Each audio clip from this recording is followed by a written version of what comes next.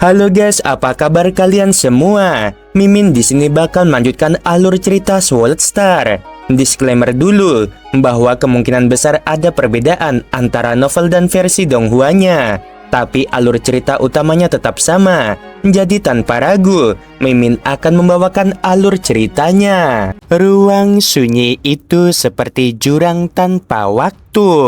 Lo Feng duduk bersila dengan tubuh tenang, namun seluruh auranya terasa seperti gunung yang perlahan bangun. Di antara alisnya, sebuah celah tipis terbuka, dan dari celah itu, mata biomimetik penghancur muncul. Tak bersinar terang, tidak memekik, tapi begitu membuka, seakan seluruh ruang ikut menahan napas. Cahaya tipis keperakan menyembur, menyoroti tulang tebal di hadapannya.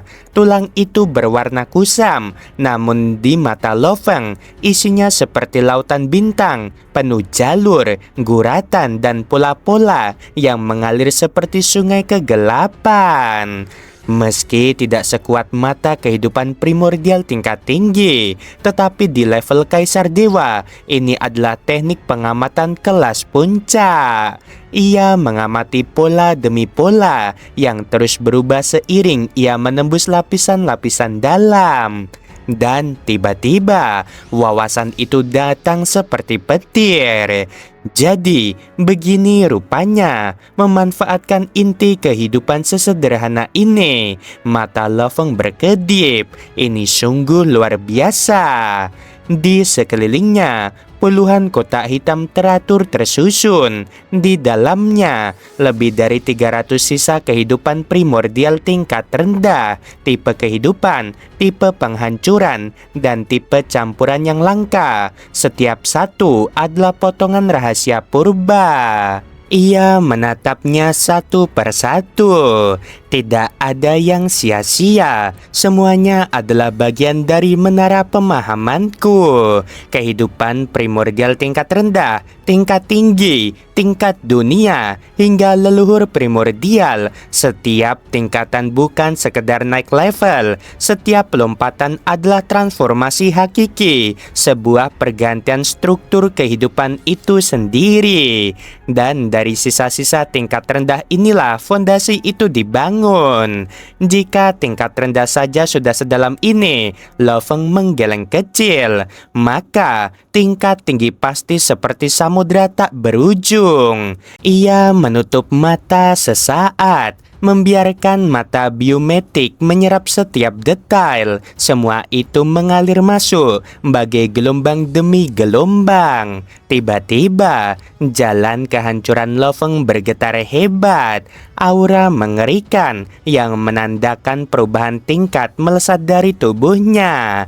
Ia menarik napas panjang. Secepat ini, tetapi memang sudah diambang. Hari demi hari berlalu tanpa terasa. Zaman demi zaman, 300 sisa dianalisis satu persatu. Tidak ada jeda, tak ada gangguan, hingga akhirnya ia membuka mata. Baru pemahaman dangkal, tapi sudah 36 zaman. Lo Feng terkekeh tidak percaya. Saatnya memakai kristal primordial. Ia meneguk energi murni itu. Tubuhnya perlahan bersinar. Kesadarannya menjadi jernih, tajam seperti bilah. Dengan fondasi putaran pertama, ia melesat lebih cepat. 12 zaman berlalu, ia menyelesaikan pemahaman. 6 zaman berikutnya, ia menyusun kembali semuanya dalam sistem miliknya. Lo Feng terkejut ketika tangannya bergerak spontan, membentuk pola serangan. Inikah teknik rahasia alam tertinggi? Ternyata ia menciptakan beberapa teknik rahasia baru tanpa sadar. Lalu ia tertawa kecil. Jika pengetahuan sudah terkumpul, teknik muncul dengan sendirinya. Ia meraih botol giok. Di dalamnya ada 3 pil hijau lembut, memancarkan cahaya putih samar. 30.000 kristal primordial sebiji. Lo Feng mendecak. Rasanya pahit, tapi efeknya memang luar biasa. Ia menggenggam pil pertama. Cahaya di sekitar pil itu bergetar, seolah-olah merespon. Pil itu ditelan, Dan seketika, seluruh tubuh Lo Feng memerah terang. Kesadarannya membumbung, menembus ke inti aturan langit dan bumi. Ini luar biasa. Keadaan ini sempurna untuk memahami Dao. Ia tenggelam dalam-dalam, seolah seluruh dunia menariknya masuk. Pola rahasia di sisa-sisa itu terbuka bagai buku yang menulis dirinya sendiri. Pil kedua ditelan, lalu pil ketiga, hingga akhirnya tubuhnya tersentak. Lo Feng memegang kepalanya. Efeknya hilang, kepalaku berat, hampir meleleh rasanya. Ia tertawa tipis sambil memijat dahi. Hanya 3 pil, kalau 10 mungkin jiwaku bolong. Lo Feng lalu bangkit pelan. 87 zaman, tapi hasilnya jauh lebih baik dari 2000 zaman di tanah asal. Ia benar-benar puas. Selama proses itu, Dao besar kehidupan dan kematian miliknya juga menembus ke puncaknya. 3 jalan, yaitu Dao hidup, kehancuran, serta hidup dan mati. Lo Feng mengepalkan tangan. Arah masa depanku sudah mulai terlihat. Ia menatap jauh, seolah ada sesuatu menunggu di balik kegelapan. Semakin besar kehidupan, semakin kuat sumber kehidupannya, maka semakin baik. Ini bukan jalur yang berani, ini jalur yang gila. Tak ada kultivator waras yang mau memperbesar tubuhnya sampai batas yang tak masuk akal. Mereka tahu kelemahan sistem itu, yaitu sulit bergerak, lambat, mudah diserang, dan target besar. Namun Lo Feng tersenyum. Jalur kehancuran menutupi semua kelemahan itu, dan jalan hidup matiku menyatukan keduanya. Ia menatap satu sisa berwarna merah darah, skala berwarna darah dari menara bintang. Potongan ini memperlihatkan jalur samar keluar dari sangkar jalinan. Keyakinannya semakin kuat. Lo Feng memulihkan diri menggunakan kristal primordial. Kemudian ia menggerakkan tangan, membentuk aliran Dao yang unik. Kelima avatarnya satu persatu menerima teknik baru. Gerakan demi gerakan yang ia buat kini secara alami adalah teknik rahasia alam tertinggi. Jika aku gabungkan, akan menjadi gerakan mematikan tingkat terlarang, kekuatan yang bahkan mengubah kausalitas. 3 zaman mengalir tanpa disadari. Kaisar Qing duduk santai, membaca sesuatu. Ketika sebuah getaran halus muncul, ia mendongak dan tersenyum. Ah, Lo Feng, kau telah keluar. Dalam beberapa langkah, Lo Feng memasuki ruangan. Aura yang ia pancarkan berbeda, lebih tajam, lebih luas, dan lebih matang. Apakah sudah selesai bertapa? Ia tertawa kecil. Cepat sekali. Biasanya pendatang baru di alam suci 9 sungai butuh waktu sangat lama untuk memahami semua itu. Lo Feng balas tersenyum. Aku sudah memahami cukup banyak. Sekarang aku ingin membeli harta karun rahasia yang cocok, lalu pergi berburu. Kaisar Qing menatapnya lebih dalam, lalu senyum lebar muncul. Ah, sudahkah siap berburu? Baguslah, aku sudah menunggumu. Langkah kaki Kaisar Qing terdengar ringan namun mantap saat ia berjalan berdampingan dengan Lo Feng. Di atas langit kota Yulan yang dipenuhi cahaya ilusi, ia menoleh sambil tersenyum. Saudara Lo Feng, ujarnya. Suaranya tenang namun mengandung ketegasan seorang petarung berpengalaman. Jika kita benar-benar ingin berburu bersama, kau dan aku harus memahami kekuatan masing-masing. Aku menguasai jalur ruang dan formasi pedang adalah keahlianku. Begitu formasi aktif, musuh akan sulit kabur dan lebih sulit lagi untuk tetap hidup. Lo Feng menatap lurus, aura hidup dan mati samar berdansa di sekelilingnya. Aku lebih cocok bertarung dari jarak dekat. Dao kehidupan dan kematian sangat efektif jika diterapkan langsung pada tubuh lawan.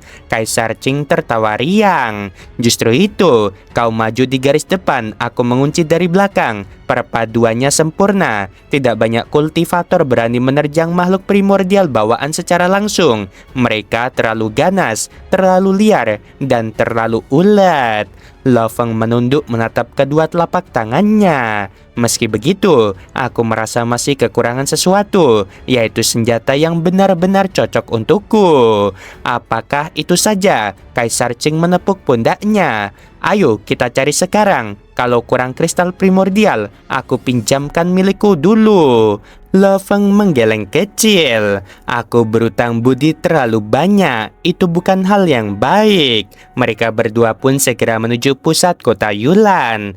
Di rumah pedagang kota Yulan, aroma wangi rumput primordial memenuhi ruangan besar itu. Deretan kristal terapung, senjata rahasia, dan harta-harta misterius dari seluruh alam suci dipajang dalam kubah energi transparan. Loveng berhenti mendadak. Di depannya sepasang sarung tangan hitam seolah menelan cahaya. Dari permukaannya mengalir riak kecil, hitam dan putih, simbol hidup dan mati yang terputar lembut namun ganas. Seorang pelayan mendekat dengan wajah penuh hormat.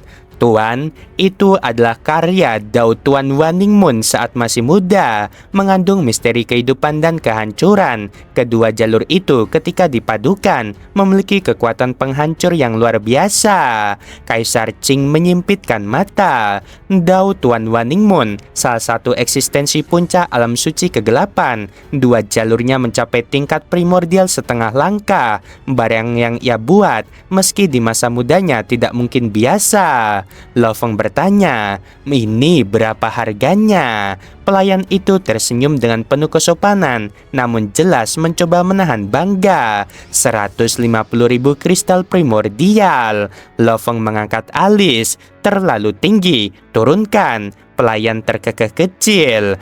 Baik, izinkan saya menghubungi pengelola aula. Beberapa menit kemudian, pengelola aula, kultivator berambut perak dengan aura lembut namun tidak bisa diremehkan, datang mengikuti mereka. Tuan Loveng, katanya, kami tentu ingin bekerja sama, namun harga barang seperti ini. Turunkan, suara Loveng tenang tapi tegas. Sarung tangan ini hanya cocok bagi yang menekuni dua jalur sekaligus. Pembelinya jarang, kau tahu itu. Pengelola tersenyum lebar.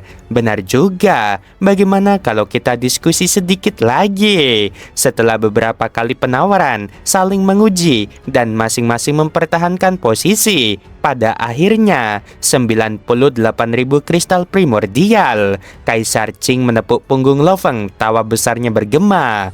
Kau benar-benar mendapatkan barang luar biasa. Untuk harta dari tahap akhir Kaisar Dewa, harga seperti itu terlalu murah. Loveng merasakan kekuatan sarung tangan itu begitu ia menyatu dengannya. Putaran hidup dan mati terasa seakan siap meledak dalam hitungan detik.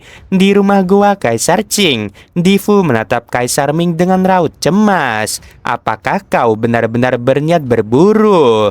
Kaisar Ming menghela napas riang. Aku sudah lama di kota Yulan. Banyak kultivator garis darah primordial yang ku kenal. Mereka semua ingin naik tingkat, dan cara tercepat adalah berburu. Itu sangat berbahaya. Banyak yang tak kembali, kata Difu. Kaisar Ming tersenyum. Aku tahu, karena itu aku mempersiapkan banyak hal. Aku tak punya tekniklon, tapi aku mendapatkan hadiah dari harta karun ruang tak terbatas. Difu bertanya, apakah itu harta penyelamat jiwa? Ya, 3 sekaligus. 2 dari leluhur Yanfeng, 1 kupilih sendiri. Difu menunduk. Tetap saja, pilihlah rekan yang benar. Di luar kota tidak ada hukum, tidak ada aturan. Itulah sebabnya aku menunggu begitu lama. Tatapan Kaisar Ming mengeras. Jalan kultivasi tidak pernah menyediakan ruang mundur. 100 hari kemudian, perjalanan berburu dimulai. Perahu hitam milik Kaisar Qing melesat membelah kekosongan tanpa suara. Tubuhnya lenyap dari pandangan, seolah tidak pernah ada. Kaisar Qing menjelaskan, target kita, makhluk primordial tingkat awal Kaisar Dewa, yang tingkat menengah terlalu sulit dihabisi. Lo Feng membuka mata penghancurnya. Dalam sekejap, miliaran kilometer terlihat jelas. Ada jejak ruang, getaran waktu, sisa napas kehidupan, hingga riak keinginan dari masa lampau. Sulit menilai kekuatan mereka hanya dari bentuk. Karena itu, kita mengandalkan pengalaman dan hati-hati pada kultivator lain. Banyak pemburu yang lebih berbahaya daripada makhluk primordial itu sendiri. Tiba-tiba, tatapan Lo Feng menajam. Ada sesuatu. Ia mengangkat tangan, memunculkan peta kecil. Makhluk bersayap besar, 3 wajah bersisi abu-abu. Lo Feng menunjuk pada peta. Kaisar Qing tersenyum puas. Penemuan yang bagus. Apakah kau mau coba sendiri? Ya, jawab Lo Feng. Dengan satu napas, avatar cahaya surgawi menyelimuti tubuhnya, membentuk jubah putih yang berkilau. Binatang buas itu bersembunyi dalam lapisan terdalam kekosongan. 3 wajahnya mengamati dunia dengan tatapan memburu. Akan ada kultivator lewat, akan ada mangsa. Napasnya perlahan memanjang, seperti binatang pemangsa yang sudah sangat lapar. Namun, bayangan dunia raksasa jatuh dari langit, menghimpit ruang hingga runtuh. Makhluk itu berusaha mengepakkan sayap raksasanya, namun terasa seperti terjebak di rawa kental. Ia hanya bisa mengeluarkan 60-70% kekuatannya. Ini buruk, sangat buruk. Lo Feng berdiri di balik bayangan dunia itu, wajahnya tenang. Teknik terlarang, kutukan pemadam surgawi. Avatar kausalitas mengangkat tangan, dan deduksi tak terlihat menyelimuti makhluk itu, menembus keinginannya. Teknik keliyuan, avatar dunia mengayunkan bintang raksasa seperti meteor yang menghantam kesadaran lawan. Makhluk itu terguncang keras, kesadarannya berkabut, nafasnya bergetar. Saat itulah Lo Feng muncul tepat di hadapan salah satu dari 3 wajahnya. Tubuh Lo Feng tampak seperti dewa putih bersinar, menjulang besar. Sarung tangan hitam berputar menghimpun kekuatan hidup dan mati. Cakar raksasanya menyambar ke depan dan menembus dada makhluk itu dengan suara retakan mengerikan. Makhluk itu meraung bisu. 3 wajahnya terpelintir bersamaan oleh rasa sakit dan keterkejutan.